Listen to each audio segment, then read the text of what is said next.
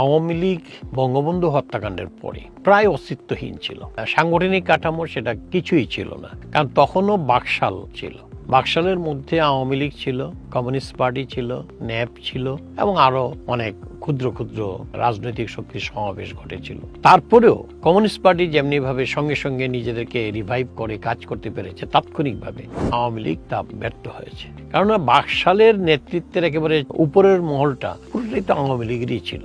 Executive কমিটিতে বঙ্গবন্ধুর বাইরে যারা ছিলেন, যেমন মনসুর আলী সাহেব ছিলেন, সৈয়দ নজরুল ইসলাম সাহেব ছিলেন, কামরুজ্জামান সাহেব ছিলেন, তাজউদ্দিন সাহেব তখন ছিলেন না।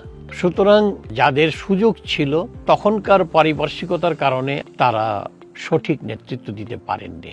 তাদের সমসাময়িক যে টায়ারটা ছিল, বয়সের দিক থেকে তাদের কাছাকাছি না হলেও একেবারে দূরে ছিলেন তাও নয়, কিন্তু আওয়ামী নেতৃত্ব